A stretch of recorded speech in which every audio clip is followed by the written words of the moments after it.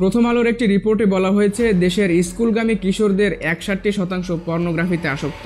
Porn সাইটে যাতায়াত করা প্রতি 10 জনের মধ্যে 1 জনের বয়স 10 বছরের নিচে।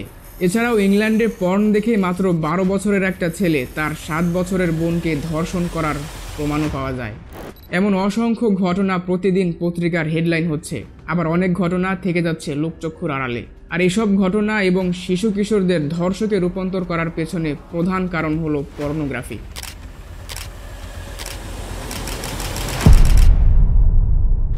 অনেক তরুণ তরুণী পর্নের মাধ্যমে যৌনতা সম্পর্কে ভুল ধারণা গ্রহণ করে এবং বাস্তব জীবনে সেই ভুল মাপকাঠি অনুযায়ী সম্পর্ক গড়ে তোলার চেষ্টা করে। এর ফলে তারা ভুল সিদ্ধান্ত নেয়, যৌন সহিংসতার শিকার হয় এবং ধর্ষণের মতো অপরাধমূলক কাজের সাথে জড়িয়ে পড়ে। কিভাবে এই ভ্রান্ত চিন্তাভাবনা তরুণ প্রজন্মের মধ্যে ছড়িয়ে পড়ছে এবং সমাজের নৈতিক ভিত্তিকে দুর্বল করে দিচ্ছে, আজকের ভিডিওতে আমরা দেখব কিভাবে এই ইন্ডাস্ট্রি আমাদের ব্যক্তিগত জীবন, সমাজ এবং অর্থনীতির উপর ভয়াবহ প্রভাব ফেলছে। ক্যামব্রিজ বিশ্ববিদ্যালয়ের নিউরোসাইকিয়াট্রিস্ট ভ্যালেরি ভুন পর্ন আসক্ত ব্যক্তিদের নিয়ে একটি গবেষণা করেন। সেখানে বলা হয়েছে নিয়মিত পর্ন দেখা মানুষের মানসিক স্বাস্থ্যের উপর গভীর প্রভাব ফেলে। তারা ক্রমশ বিষণ্ণতা, একাকিত্ব এবং আত্মবিশ্বাসের অভাবে ভুগতে শুরু করে। পর্ন দেখার প্রবণতা তাদের স্মৃতিশক্তির উপর খুব নেতিবাচক প্রভাব ফেলে, ফলে অনেক কিছুই তারা খুব সহজেই ভুলতে শুরু করে। তাদের মস্তিষ্কে নৈতিকতা এবং শালীনতার বোধ ক্ষতিগ্রস্ত হয়, যা তাদের ব্যক্তিগত এবং পেশাগত জীবনে গভীর প্রভাব ফেলে। যখন কেউ পর্ন দেখে তখন মস্তিষ্কে ডোপামিন নামে এক ধরনের রাসায়নিক পদার্থ বের হয়, যা সাময়িকভাবে ভালো লাগার সৃষ্টি করে। কিন্তু সমস্যা হয় তখন যখন মস্তিষ্ক এই আনন্দ বারবার চাইতে শুরু করে। ধীরে ধীরে মস্তিষ্ক আসক্ত হয়ে পড়ে, আর এই আসক্তি আমাদের মানসিক ও শারীরিক অবস্থাকে ধ্বংস করে দেয়। পর্নোগ্রাফির আসক্তি শুধু একজন ব্যক্তির মস্তিষ্ককেই বিকৃত করে না, এটি ধীরে ধীরে তার পারিবারিক এবং সামাজিক জীবনেও ভয়াবহ প্রভাব ফেলে। পর্নোগ্রাফি মানুষকে ভুল যৌন আকাঙ্ক্ষার দিকে নিয়ে যায়, যা বাস্তব জীবনের সম্পর্কের চাহিদার সঙ্গে একেবারেই অমিল।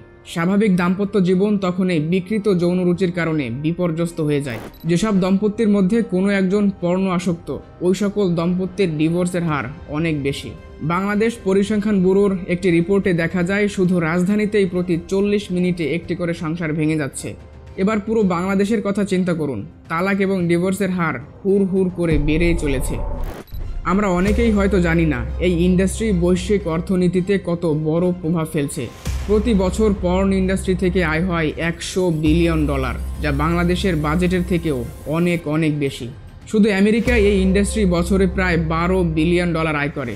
কল্পনা করুন, এটা এমন একটা সংখ্যা যা হলিউডের চলচ্চিত্র শিল্পকেও ছাড়িয়ে গেছে।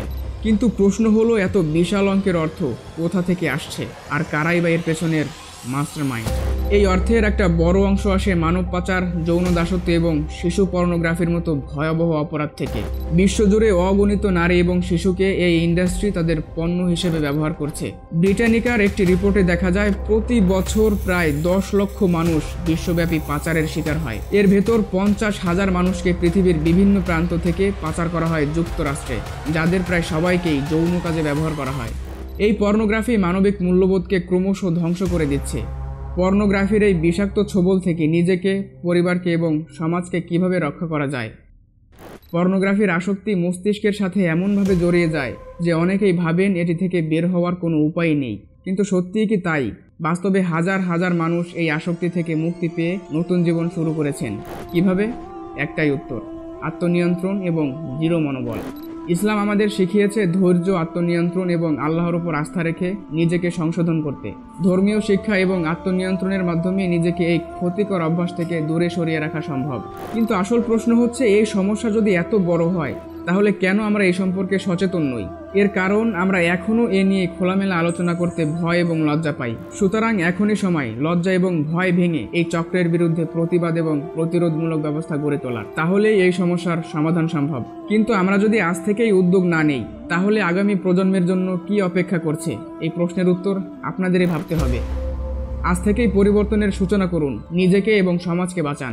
পর্ন ইন্ডাস্ট্রি কোনোভাবেই বিনোদনের মাধ্যম হতে পারে না। এটি আসলে মানবজাতির জন্য একটা বিষাক্ত ফাঁদ। এর ভয়াবহ প্রভাব শুধু মানসিক এবং শারীরিক স্বাস্থ্যেরই ক্ষতি করে না, বরং আমাদের পরিবার, সমাজ এবং নৈতিক মূল্যবোধকে ধ্বংস করে দিচ্ছে।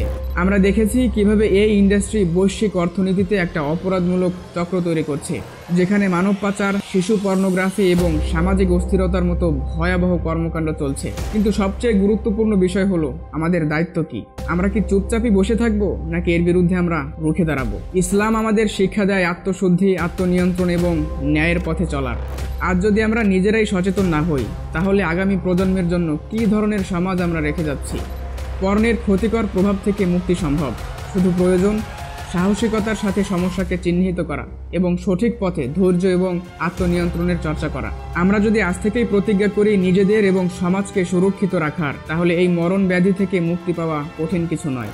আজ থেকেই নিজেকে, আপনার পরিবারকে এবং আমাদের সমাজকে বাঁচানোর উদ্যোগ নিন, কারণ প্রতিটি সচেতন পদক্ষেপ আমাদের ভবিষ্যৎকে সুন্দর এবং নিরাপদ করতে পারে। আল্লাহ আমাদের সকলকে সঠিক পথ দেখান এবং এই ক্ষতিকর আসক্তি থেকে সবাইকেই মুক্ত রাখুন। আমিন।